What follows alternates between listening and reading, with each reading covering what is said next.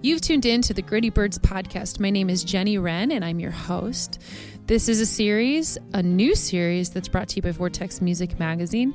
And Gritty Birds, our first season, is an insider's view behind the music scenes, profiling the insights and personalities of the grittiest of the industry, the unsung heroes running the game. So we've got a whole bunch of social media. You can check us out on Twitter and Instagram, currently SoundCloud, Patreon, Facebook at Gritty Birds. So GRITTYBIRDS, and all of those wonderful places. I'd love to hear from you. Hoping to start a conversation about what's going on in the music industry today. So we are starting off with the episode that started everything today, my wonderful dear friend Stirling Myles. Stirling has been a part of the music scene in many very varied ways, and I couldn't think of a better person to launch the series today. So without further ado, here's the first season, and I'll let Stirling speak for himself and introduce him. Thanks. Hello. Good to be here. Good to be here in my own home. So I play and write music in the band Alameda, and I also work at a music licensing agency in town called Marmoset. And as of this year, I started going more into freelance writing as well, writing for the magazine 1859 and Seattle Weekly. So It's going to be around 53 questions. Okay. And I hope you have fun. Right. Text or call? Text. Money or fame? Fame. Naughty or nice? Nice.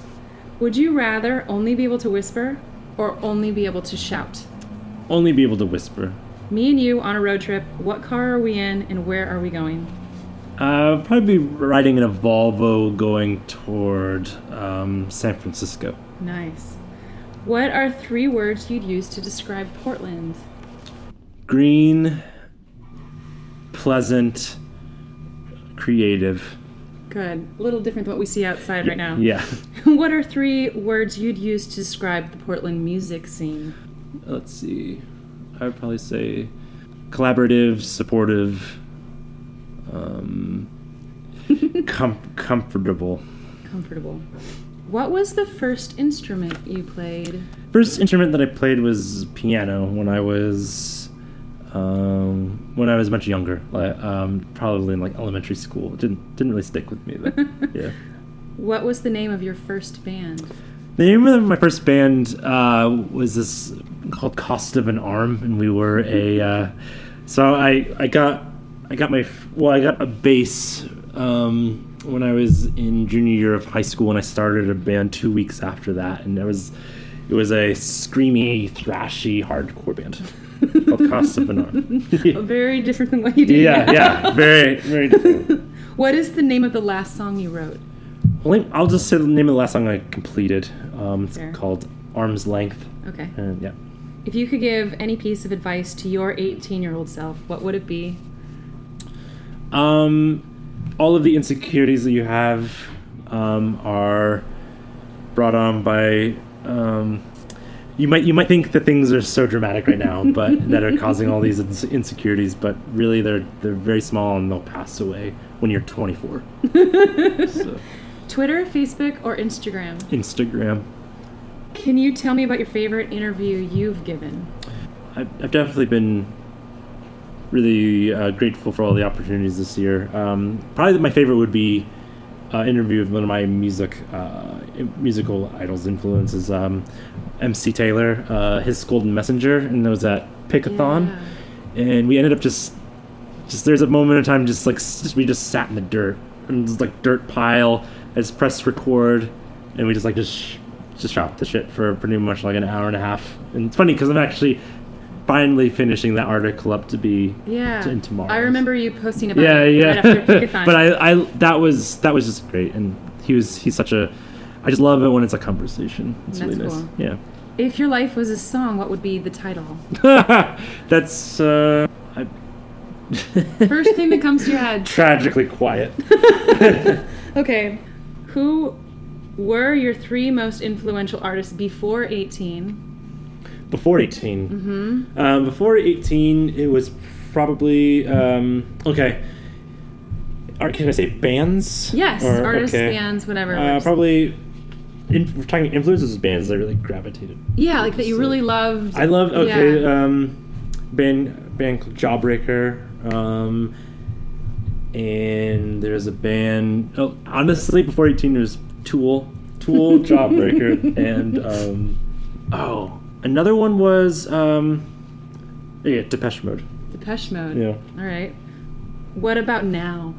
Now would be His Golden Messenger. Right. I would also probably say Daniel Rosen. He writes for Grizzly Bear, and he has his own solo career. And I would also have to... There's just a ton of amazing stuff, but I would also... Only 3. You can only pick the first 3. The first 3, so those 2, and then the third one... the final item on the list is always the toughest, because it's like the period at the end of a sentence. Probably Clark, this electronic artist. Okay. I've just been listening to him a ton. Nice. So. What's your idea of the perfect way to relax? Perfect way to relax is without any technology, and you are completely and you're reading. Actually, Reading?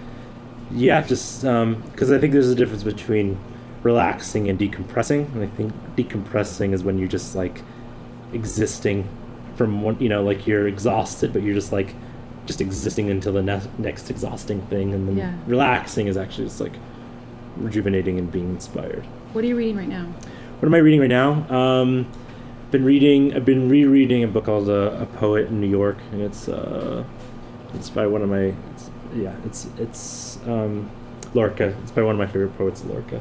So. And has a book ever changed your life? I don't know. I wouldn't say like changed my life, but I think changed some perspective I had. I would probably say one of the first books that did that was The Tortilla Curtain by T.C. Boyle. Yeah, I love T.C. Boyle. I loved. Yeah, he did like Drop like City. all of his stuff. Oh yeah, Drop City. Drop City is amazing. And where's that in Iowa? Really? Yeah. Drop City. Yeah. Yeah. He just has an incredible writing style about perspective, using different people's perspective, and just kind of it was like one of the first stories I read where it just humanized people are just being people, and and they're just trying the best they can. That's cool. Yeah. What's something you fib about? I fib about? Like lie. What's something that you always kind of, or you gravitate toward doing that more than? I can't. Well, the times that it's not really fibbing, but it's kind of I sugarcoat. Yeah, stretching the truth. I sugarcoat at times when it's something where it's like I'm giving a piece of bad news, but I always try to like counterbalance it with a piece of good news when I don't really need to. Right. I guess like fibbing would just be something I'd lie about would be like. I don't know, like maybe I did something a little better than I probably did. Okay, or like exaggerating, like the fish was bigger than it was. A little bit. All right. I'd probably do a little bit of that. What word or phrase do you overuse? What word or phrase do I overuse? Uh-huh. I've actually recently been told awesome. Awesome. That's awesome. And apparently I use that a lot. Okay. So I'm gonna keep that out next time I see you. Where and when have you been happiest? Time that I was really happy was Pickathon. Actually, that was that was a time I was really happy. Oftentimes when I'm in motion, when I'm on the road, those are the times I'm really happy. I love being home, but I also love that the sense of just like purpose on the road. Yeah. Okay, let's jump to the road. Yeah. What piece of advice would you give to somebody who is traveling in the United States? Be prepared. Just embrace the fact that tour will show you the extremes of the highs and lows of being in a band. Like I usually say it in the same way. It's like you'll find one night you're just like, on stage and everything's clicking and you're playing a great show and with crowded packed room and you're just like, this is why we do it. And then the next night you're just like, why are we doing this? And I just think that just like there's always those extremes happen, but there's always with that there's always something to learn from it. And I would say first priority is always three things. Usually 3 priorities would be especially in the States, of just like because it is so cutthroat in the States. Yeah. Long drives, you're doing long drives, and I'd probably just from one place to the next just pace yourself, take care of yourself on those long stretches, and then be like always try to like pack early with food. Like if you're ever at like in a city, which most likely you'll be, always go grocery shopping. In the morning before do it when you can. Do it when you can, and then so you're gonna have food, and so you don't eat out of just desperation. And then see just like know when to give each other space. Yeah. What about in Europe?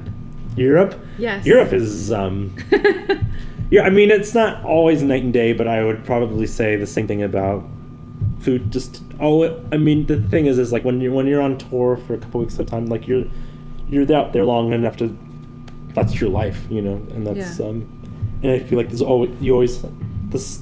role of self-care is always really important. Yeah. And I think that but in Europe it's always there's certain amenities that are being taken care of. Like they feed you, they pay you really well. Nice. You feel appreciated as an artist. And I think that touring in Europe, I would actually say just enjoy it. Just have especially fun. Really. Especially if you've had experience in the US, just like things are going to be more expensive.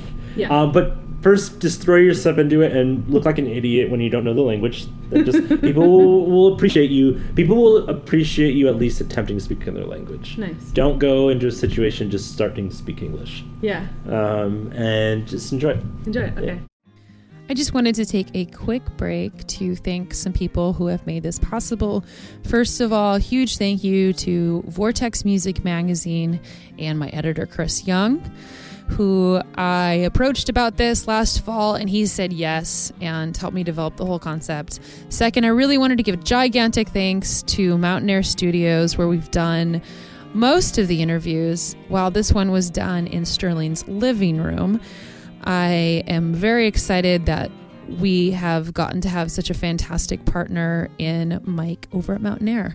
Also, a gigantic thank you to Tender Loving Empire, Jared and Rachel and Brianne. Thank you so much for the amazing party that happened on Saturday. While I'm recording this in I absolutely know that is going to be such a special event, and I'm looking forward in next week's episode, just chatting a little bit about that. And those are the biggest thank yous. Again, thank you to Neuro and Montucky Cold Snacks and all the artists that took part in that. Chris Kruger and Mikey Fontaine, and to wonderful Stirling, who we're listening to today. So without further ado, let's listen to some more about Stirling. What's your biggest phobia? My biggest phobia would be I have somewhat of a it's not really, is it a phobia? Just being like, it's not necessarily exactly claustrophobia, but I don't really like sleeping in my room with the door closed. Interesting. Yeah. Huh. Yeah. All right. Who of anyone alive today do you most admire? I admire a lot of people. That's a tough Get a pick. one. Probably my mom. Your mom? Yeah. Okay. What about somebody who's passed that you would have coffee with? I would have coffee with Chogum Trungpa Rinpoche. Okay. Yeah. Which lineage is that? He's Kagyu, and he's I believe he's Kagyu, and he was one of the founders of Naropa, and he was just such like he is a very purposefully, I believe he was a very hard person to, I don't know, he was very enigmatic. Okay. So, interesting. yeah. All right. Fight or flight? Flight. Think before you talk or talk before you think? Think before I talk. Answering questions or asking questions? Asking questions. Would you rather be 4'5" or 7'7"? 4'5" or 7'7"? Yeah, 4'5". Would you rather be 4'5", like really short, or 7'7", like basketball height? That's 7'7". Yeah. Who is an artist everyone should be listening to? I feel like everyone should be listening to His Gold Messenger, only because I knew you were gonna say that. You've only mentioned him 3 times now. Yeah. I kind of harp on it because I just feel like he represents a lot in a new kind of songwriting, in the way of just like vulnerable lyricism and just talking about.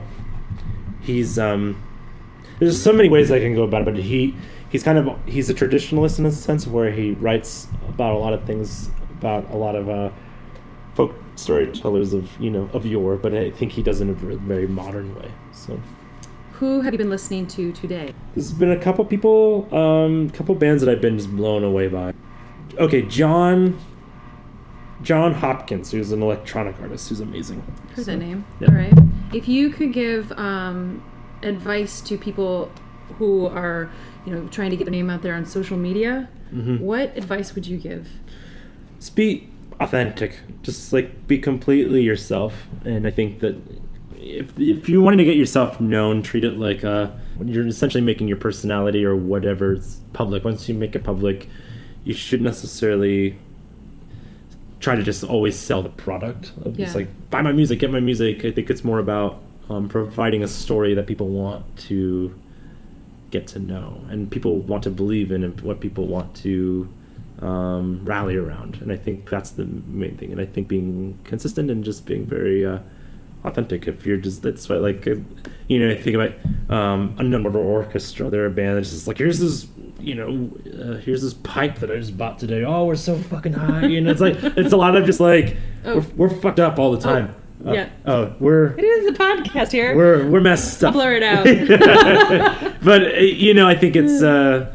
But that's the story. That's the life they're selling. Exactly. People want to. It's honest. It's honest, and they're being very honest with their experience. And the thing is your art. If it's good, it backs it up. Right. So. Right. Who is somebody that everyone should be following on social media right now? Who should we be following on social media? Yeah.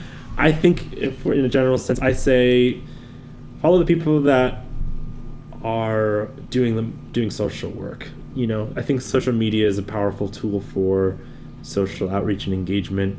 I would probably err away from, at times brands. I would probably follow more people in the sense of just people working on social causes. Do you have a secret hidden talent? Secret hidden talent? Yeah. Show people. I don't know. I would probably say, actually, it's not quite a secret, but I don't think many people know. Apparently, it's been commented I have a snap people really enjoy. People like my snapping. Can you snap for me right now? Nice. That's a good strong I don't know. snap. It's a strong snap. How do you like your coffee? I like my coffee doctored up. Doctored up? Yeah, just totally just cream sugar. Yeah. Everything? Yeah. Yeah. What's your favorite breakfast? My favorite breakfast is savory. Essentially, anything egg related, or if I could eat it every morning, I wouldn't die of a heart attack. Honestly, chicken fried steak is my favorite guilty pleasure breakfast item. Nice. Yeah. Would you rather wake up without memory next to the Burger King guy telling you had it your way, or wake up next to Ronald McDonald telling you that you were loving it? Probably next to Ronald McDonald because he's not wearing a mask. That's funny. Who was the last person you called? Last person I called actually was someone very near and dear to me in Toronto. Nice. Yeah. Secret celebrity crush? I don't know if it's secret, but I mean I don't really talk about celebrity crushes. So I don't really look like, but probably Rachel Weisz is my celebrity crush. She's awesome. What is your? Oh, I already asked that one. I asked that one too. Okay. If you could wake up tomorrow with any ability or superpower, what would it be? Probably flight. I mean, you could fly. It's super cliche, but it's I would be able to fly. I've only experienced flying in Dream once, and it felt wonderful. All these bleeps will be out. I'll figure it out. What's your spirit animal? A moose. What's your guilty pleasure? Guilty pleasure? I have a guilty pleasure. There's certain types of dance music that I just that I just love. Nice. Love a great dance beat. So that's fun. What's your idea of a perfect fall day? Perfect fall day? Actually, this is kind of very close. It depends. And it's really perfect fall day in a sense of being nestled up. Let's say perfect fall day would be relaxing, reading a book, with it being foggy and raining outside. All right. And, yeah. What's a compliment you often get that's not about your looks? That I make people comfortable. I would agree with that. Sweet or salty? Salty. What 3 things do you always have in your bag? Outside, probably my computer. Okay. And One. hoodie, and for some reason I have like 2 decks of playing cards. I don't know. I think Two of them, not just one. Yeah, 2 decks of playing cards. You can play spoons. Yeah, like, go play yeah. with lots of people. I don't know why they're in there, but it's like this is something I just keep forgetting that is in my bag. Oh, that's funny. Yeah. What color reflects your personality? Blue. If you found a briefcase of money on the street, would you keep it? Probably. Can you tell me a joke? Yes. So I heard this recently, actually via another podcast. I can tell you later. So, Okay. This NPR producer and I've been kind of chatting about music in podcasts and the role of music, and she made up this fake podcast, and she made it called Joe's Jokes, and it's really short. So, but I heard this one, and so I'm probably gonna mess up this joke, Okay. but and I heard it like once. But so anyways, the joke is that this kind of geeky guy is he finally like he lucks out. He asked like the cutest girl out in high school. She said yes, they're going to the prom. So he has to do all of these things. He had to like get a tux, you had to get a nice you gotta get a nice suit to go out. So he goes to the shop, and there's a huge line. There's like a huge, massive line, and he's waiting for 45 minutes. And then he's like, "Oh, I have to get my shoes for this." So he goes to the shoe store, and then there's this huge line in the shoe store. He's waiting and waiting. So finally, they go to the prom, and they're dancing, and they're just like. And then finally, when there's a break in the song, she's like, "Oh," he's just like, "Oh, do you want to get some punch?" She's like, "Yeah, can you get me one?" And he's like, So he goes to get some punch. He's like, "Oh, thank God, there's no punchline." That was good. Yeah. I was wondering when he was going to get to the punchline. That's awesome. Yeah. So we are actually at the final question. Okay. The world would be a better place if. The world would be a better place if. So petty. So many ways the world would be a better place. Top of your head. Top of my head would be there would be people would be openly communicative with each other, and just people would perform more acts of selflessness, where you give something without the expectation of a return. Nice. Yeah. Well, thank you. This was really fun. Yeah. This was actually the first of the interviews. Great. Many more to come, I hope. And it has been a pleasure to have you down here. So again, 53 questions in the Rose City. And till the next time, take care.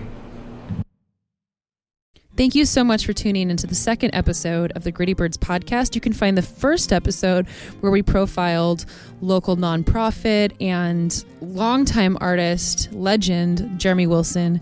Thank you so much, Stirling, for coming into the episode. You can find that previous episode on vrtxmag.com as well as my website, www.grittybirds.com. Thank you, Will Fries from the business department, for supporting me and helping me with that project. You can also help me out. I have been trying to keep fees low, but we do need some support to be able to pay off and kind of break even for the season. And you can subscribe to the season, just $1 an episode or less, at www.patreon.com. So that's patreon.com/grittybirds. This pays for the space where I do my voiceovers here with the Sprocket podcast in the IPRC building, as well as our studio with Mountain Air Studios and a few other things like graphic designers, etc. So if you are interested, just check that out. I'd love your support, and we'll be doing a little bit of extra stuff for people who are interested in that. Thank you guys so much. Thank you again, Stirling. Next week, I'm going to be kind of catching you guys all up on our awesome launch party and bringing on Peter Von Shaver, who is going to be chatting law. So thank you guys so much. Until next week.